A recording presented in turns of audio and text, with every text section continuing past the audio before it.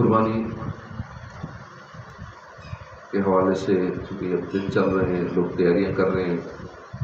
قربانی بعض کا جن پہ واجب ہوتی ہے، شریعت ایسی ہے جو نہیں قربانی کرتی.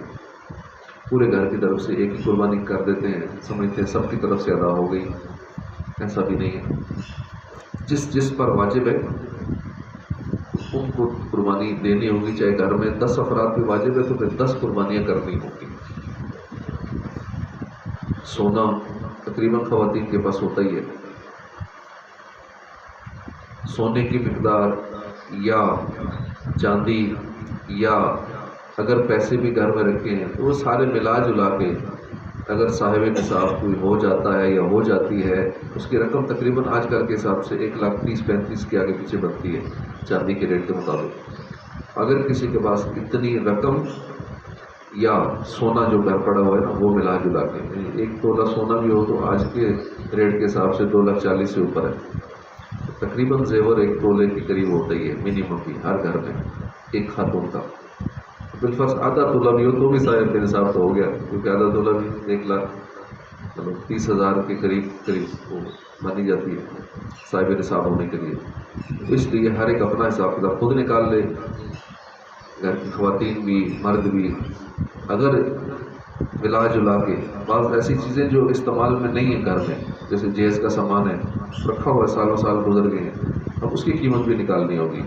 اور ایسی چیزیں جو استعمال میں نہیں ہیں اور گھر میں رکھی ہوئی ہیں ان کی قیمت بھی بیچ میں ایڈ کرنی پڑے گی. ہاں جو استعمال کر رہے ہیں وہ چیزیں نہیں ہیں. استعمال چاہے کروڑوں کی گاڑی کر رہے ہیں، کروڑوں کی چیزیں استعمال میں ہے نا تو اس پہ نہیں ہوگی نہ زکوٰۃ نہ وہ صاحب نصاب میں آئے گی. ہاں جو استعمال میں نہیں ہے، مصرف میں نہیں ہے، اس کی قیمت بھی کاؤنٹ کرے گی. اور ملا جلا کے یہ ساری قیمتیں اگر اتنی بن جاتی ہیں صاحب نصاب ہو جاتا ہے تو اس پہ قربانی واجب ہوتی ہے. تو سب نے کر کے ہر فرد پہ قربانی دینی ہوگی. حضرت سیدنا احمد بن اسحاق فرماتے ہیں کہ میرا بھائی باوجود غربت رضا الہی کی جیسے ہر سال بقر عید میں قربانی کیا کرتا تھا. یعنی ایسے بھی اللہ والے غریب ہونے کے باوجود بھی قربانیاں کرتے تھے. اور آج کل صاحب نصاب ہو کے بھی قربانی نہیں کرتے، صاحب نصاب ہو کے بھی سمجھتے ہیں ہم غریب ہیں اور قربانی سے محروم ہو جاتے ہیں. تو یہ بزرگ فرماتے ہیں میرا بھائی غریب تھا پھر بھی قربانی کرتا تھا، ہر سال کرتا تھا. اور اللہ کی راہ میں دینے سے قربانی کرنے سے مال بڑھتا ہے، کم نہیں ہوتا. ہاں شروع میں شاید پہلی دفعہ کسی کو مشکل ہو کہ اب اتنا پیسہ لگ جائے گا، 23,000 یا 25,000 روپیہ خرچ ہو جائے گا یا بکرے میں اتنا لگ جائے گا، تو دل نہیں کرتا. لیکن جب ایک دفعہ اللہ کی راہ میں کچھ دینا شروع کر دینا وہ پھر ہر سال اس کے لیے دینا مسئلے کیوں نہیں ہوتا. اتنا اس کو ہلکا سا لگتا ہے، اللہ پاک اس کے لیے انتظامات بھی فرما دیتا ہے. تو راہ خدا میں خرچ کرنے والا وہ پھر زیادہ ہی دیتا ہے ہر سال، کیونکہ اس کا رزق بڑھ جاتا ہے. ہاں نہ دینے والا وہ چرا پریشان ہی رہتا ہے، کیونکہ اس رزق کی تنگی رہتی ہے، معاشی تنگی رہتی ہے، حالات خراب ہی رہتے ہیں، بلکہ دن بدن ڈاؤن ہوتا ہے. اللہ کی راہ میں جو ہاتھ روک لیتا ہے اس کا زوال شروع ہو جاتا ہے، وہ بیک ہو جاتا ہے، کاؤنٹ ڈاؤن شروع ہو جاتی ہے اس کی. راہ خدا میں دینے والا ہمیشہ اپ جاتا ہے.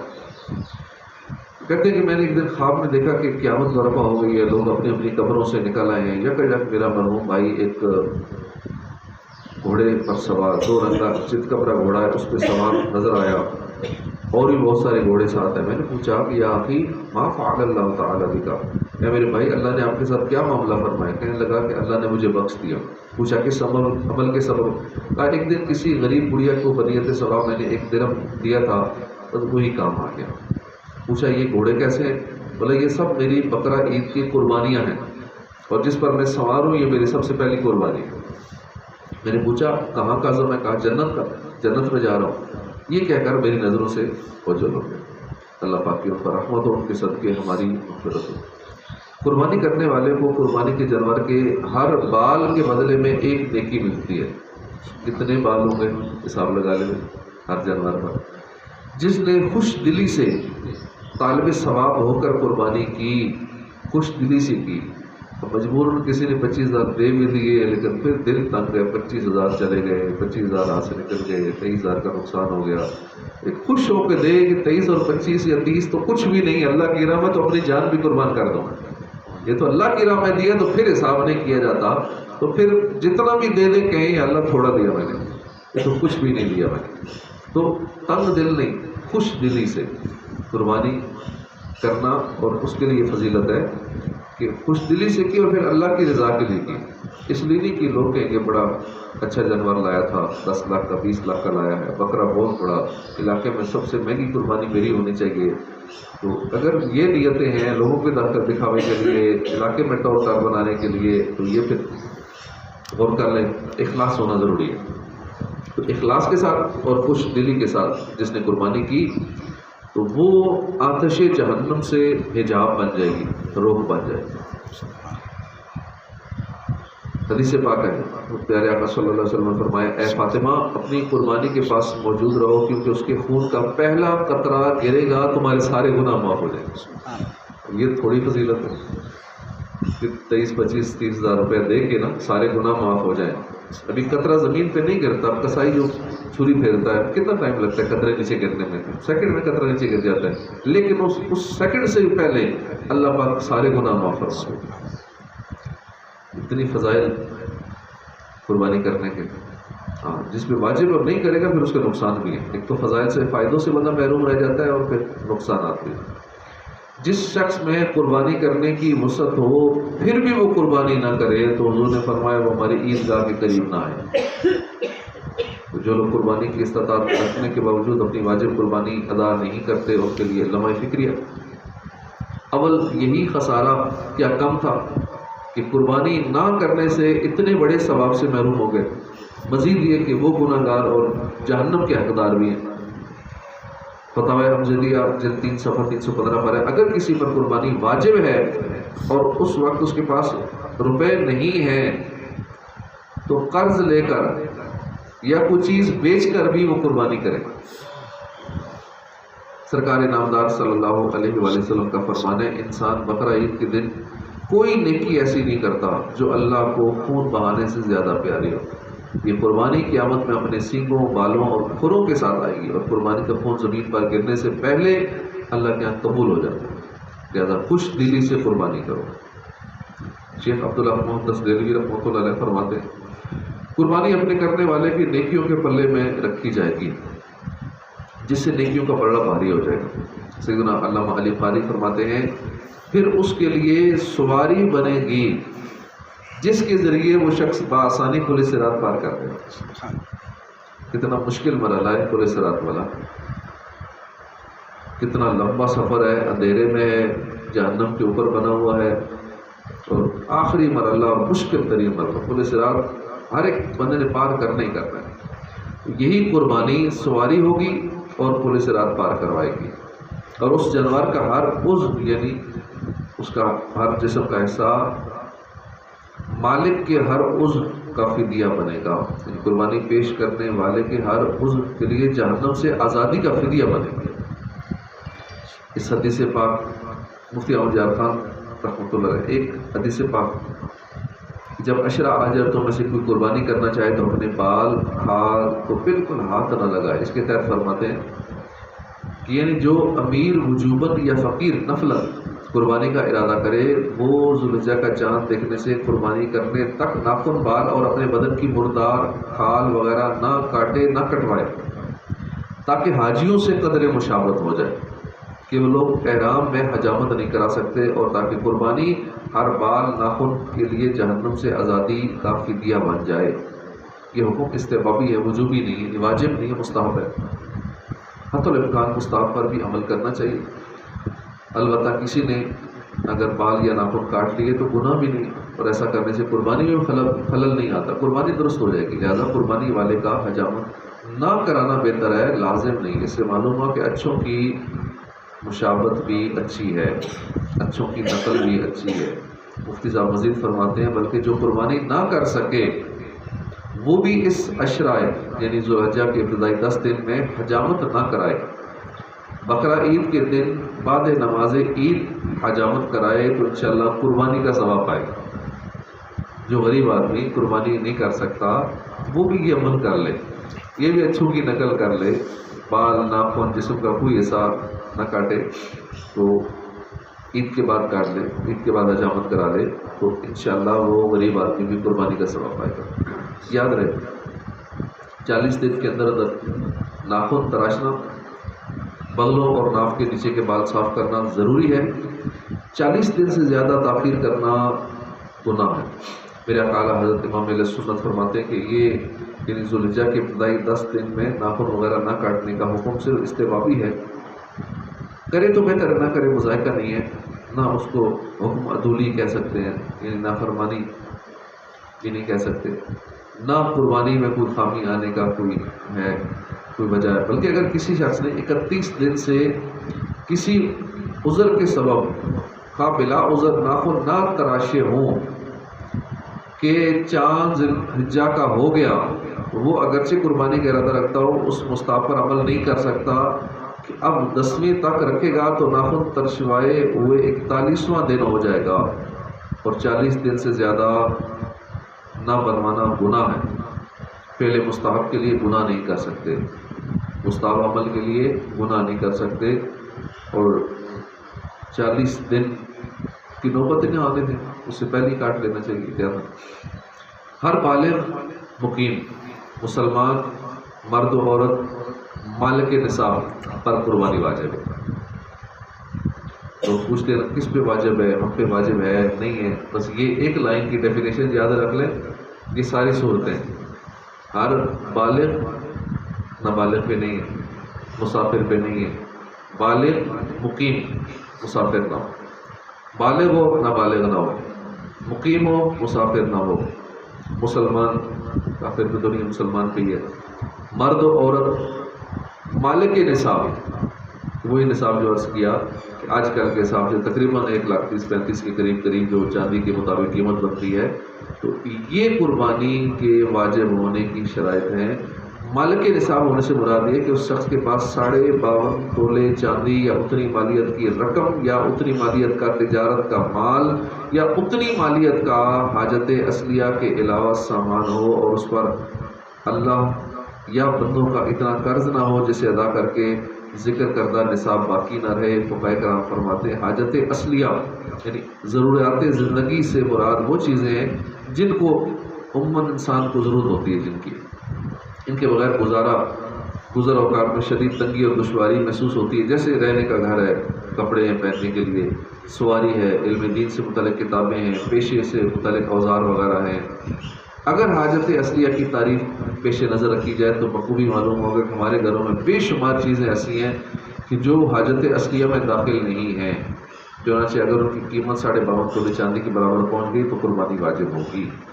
ہم توجہ بھی نہیں کرتے کہ ہمارے گھر میں کتنی ایسی چیزیں جو استعمال نہیں ہو رہی، سال گزر جاتا ہے وہ استعمال نہیں ہو رہی، اب اس پہ بھی غور کرنا چاہیے، ان چیزوں کی لسٹ بنانی چاہیے، کیونکہ ہر گھر کے اندر سینکڑوں ہزاروں چیزیں موجود ہیں، چھوٹی بڑی ساری ملا کے، لیکن اس طرح ہم توجہ ہی نہیں کرتے کہ کون سی استعمال کر رہے ہیں ہم، کون سی استعمال نہیں کر رہے، تو نہیں جو کر رہے ان کی بھی لسٹ بنانی ہوگی، پھر ان کی قیمت نکالنی ہوگی۔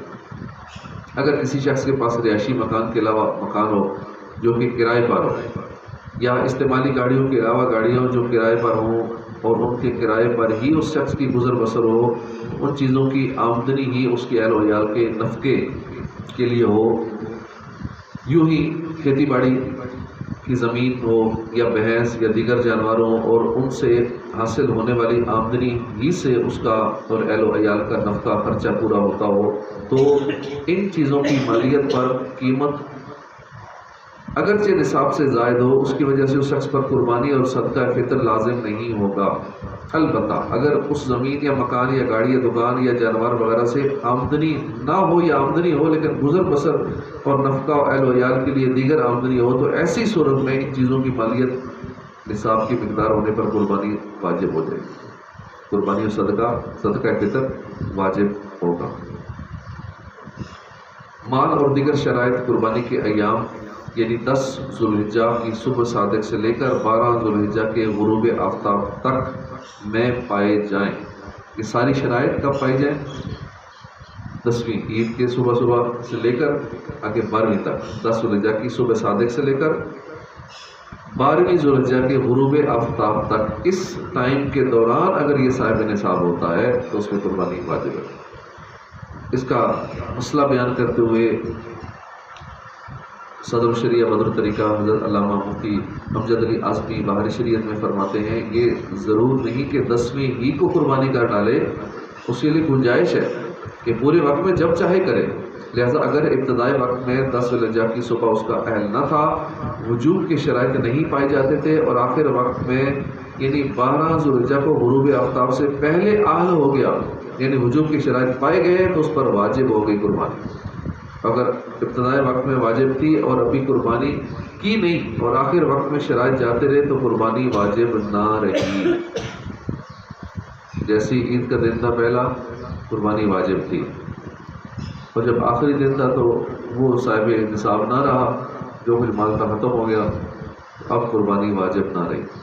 اس وقت کے دوران اس کا صاحب نصاب ہونا ضروری ہے. بعض لوگ پورے گھر کی طرف سے ایک ہی قربانی کا بکرا یا ایک حصہ کر دیتے ہیں، حالانکہ بعض اوقات گھر کے کئی افراد صاحب نصاب ہوتے ہیں اور اس بنا پر ساروں پر قربانی واجب ہوتی ہے، تو سب کی طرف سے الگ الگ قربانی کرنی ہوگی. ایک بکرا سب کے ذریعے کافی نہیں ہوگا، اس سے واجب ادا نہیں ہوگا سب کا. بکرے میں تو ویسے بھی ایک سے زیادہ ایسے نہیں ہو سکتے، کسی ایک طے شدہ فرد ہی کی طرف سے بکرا قربان کرنا ہوگا. ایسا نہیں کہہ سکتے کہ سارے گھر کی طرف سے ایک ہی بکرا ہے، ایسا نہیں ہے. کئی لوگ یوں کرتے بھی ہوں گے. گائے بھینس اونٹ وغیرہ کے ساتھ قربانیاں ہو سکتی ہیں. تو گائے ذبح کرنا تو سرکار صلی اللہ علیہ وسلم سے ثابت بھی ہے، تو لیکن کئی لوگ کہتے ہیں نہیں بیل ہی ہونا چاہیے، گائے نہ ہو. اجتماعی قربانی میں ایک شخص نے کہا تھا کہ نہیں میری گائے ہی کرنی ہے، تو بیل بھی کر سکتے ہیں، کوئی حرج نہیں ہے. لیکن گائے جو کہ سرکار نے گائے کی ہے تو ہمیں اس نیت سے، سنت کی نیت سے گائے کو تھوڑی ترجیح دے دینی چاہیے. نابالغ کی طرف سے اگرچہ واجب نہیں ہے قربانی، مگر بہتر ہے دے دے دو، اور اجازت بھی ضروری نہیں ہے. بالغ اولاد یا زوجہ کی طرف سے قربانی کرنا چاہے تو ان سے اجازت طلب کرے. اگر ان سے اجازت لیے بغیر اگر قربانی کر دی تو واجب ادا نہیں ہوگا. بالغ اولاد یا کوئی بالغ بندہ ہے، ہم کہیں اسے پتہ بھی نہ چلے ہم اس کی طرف سے قربانی کر دیں تو اس کی طرف سے نہیں ہوگی جب تک اسے بتا کے اجازت نہیں دیں گے. اب اجازت دو طرح سے ہوتی ہے. ایک ہوتی ہے صراحتاً، مثلا ان میں سے کسی کوئی واضح طور پر کہہ دے کہ میری طرف سے قربانی کر دو، بالکل کلیئر کٹ بتا دے کہ کر دو، اب اس نے کر دی. دوسرا ہے انڈرسٹوڈ ہے، دلالتاً. مثلا یہ اپنی زوجہ یا اولاد کی طرف سے قربانی کرتا ہے اور انہیں اس کا علم ہے اور وہ راضی ہیں، تو یہ بھی اجازت میں شمار ہوگا. قربانی کے وقت میں قربانی کرنا ہی لازم ہے، اس کے قائم مقام کچھ اور نہیں کر سکتے. جیسا کہ ان دنوں میں لوگ کہتے ہیں کہ قربانی میں اتنا پیسہ لگاتے ہو کسی غریب کو دے دو، ادھر دے دو ادھر دے دو. بھائی یہی کام کرنا ہوگا، بھائی اسی کا حکم ہے. قربانی میں ہی پیسہ لگانا ہوگا. قربانی کا پیسہ کسی اور نیک کام میں نہیں لگا سکتے. قربانی واجب ہے تو قربانی کرنی ہوگی. ایسا نہیں کہ اس کی قیمت صدقہ کر دیں اور نیک کاموں میں لگا دیں. قربانی کے جانور کی عمر اونٹ 5 سال، گائے 2 سال کی، بکرا، اب بکرے میں بکری بھی شامل ہے، دمبی بھی شامل ہے، دمبا بھی شامل ہے، بھیڑ بھی ہے، نر مادہ دونوں شامل ہیں. تو یہ سارے 1 سال کے. اونٹ 5 سال، گائے 2 سال اور بکرا بکری یہ ساری چیزیں 1 سال. اس سے کم عمر ہو تو قربانی جائز نہیں، زیادہ ہو تو جائز بلکہ افضل ہے. ہاں دمبا یا بھیڑ کا 6 مہینے کا بچہ، دمبا یا بھیڑ کا 6 مہینے کا بچہ اگر اتنا بڑا ہو کہ دور سے دیکھنے میں سال بھر کا معلوم ہوتا تو اس کی قربانی جائز ہے. یاد رکھیے مطلقاً 6 ماہ کے دمبے کی قربانی جائز نہیں ہے. ہاں اتنا تگڑا ہو، فربا ہو، قداور ہونا ضروری ہے کہ دور سے دیکھنے میں سال کا لگے. اگر 6 ماہ بلکہ سال میں ایک دن بھی کم عمر کا دمبے یا بھیڑ کا بچہ دور سے دیکھنے میں سال کا نہیں لگتا تو اس کی قربانی نہیں ہوگی. قربانی کے جانور کا بے عیب ہونا ضروری ہے. اگر تھوڑا سا عیب ہو، مثلا کان چیرا ہے یا اس میں سوراخ ہو، تو قربانی مکروہ ہوگی، یہ ہو جائے گی لیکن اس میں کراہت ہے. اگر کان تھوڑا سا چیرا ہوا ہے، کان کے اندر سوراخ ہے، تو قربانی واجب ادا ہو جائے گا لیکن مکروہ ہے. ہاں زیادہ عیب ہے تو پھر تو قربانی نہیں ہوگی. پورا ہی کان چیرا ہوا ہے یا اور بڑا عیب ہے. عیب دار جانوروں کی تفصیل جن کی قربانی نہیں ہوتی. ہم منڈی میں جاتے ہوئے خریداری کرتے ہوئے ساری چیزیں یاد ہوں گی تو پھر آسانی رہے گی جانور کو دیکھنے میں، خریدنے میں.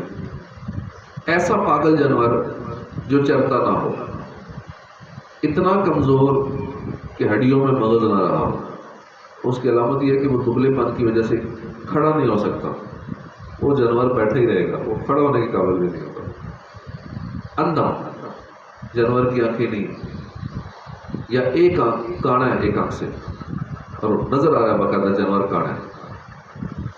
ایسا بیمار ہے کہ جس کی بیماری نظر آ رہی ہے کہ اس جانور کو یہ بیماری لگی ہے، ان جو بیماری کی وجہ سے چارہ نہ کھائے، ایسا لنگڑا جو خود چل کے قربان گاہ تک نہیں جا سکتا، اٹھا کے لے جانا پڑتا ہے اس کو، 4 بندے اٹھا کے لے جائے جانور کو، جی کسائی کے پاس حاضر ہو کے چھری پھروا لے۔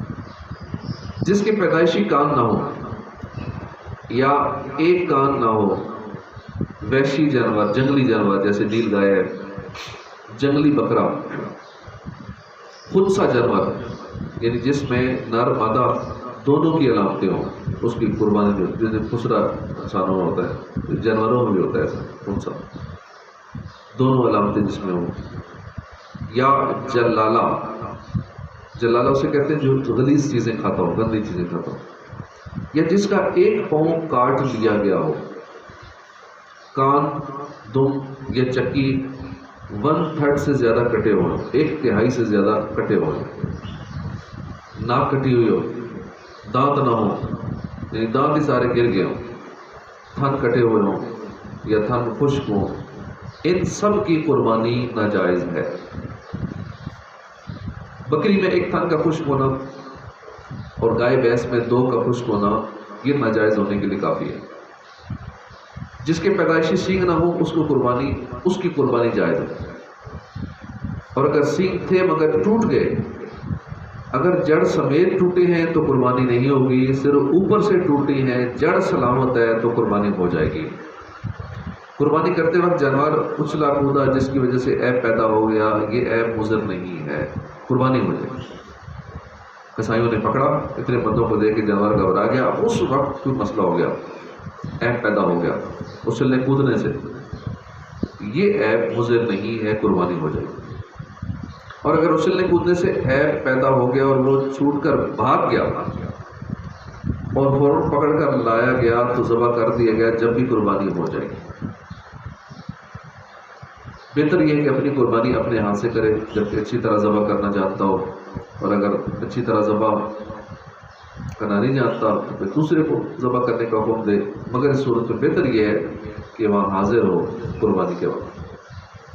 قربانی کی اور اس کے پیٹ میں سے زندہ بچہ نکلا، اسے بھی ذبح کر دے، اور اسے کھایا جا سکتا ہے، اس بچے کا گوشت جو اندر سے نکلا ہے کھایا جا سکتا ہے۔ ہاں، مرا ہوا بچہ ہو تو پھر اسے کھانا نہیں، پھینک دینا، وہ مردار ہے۔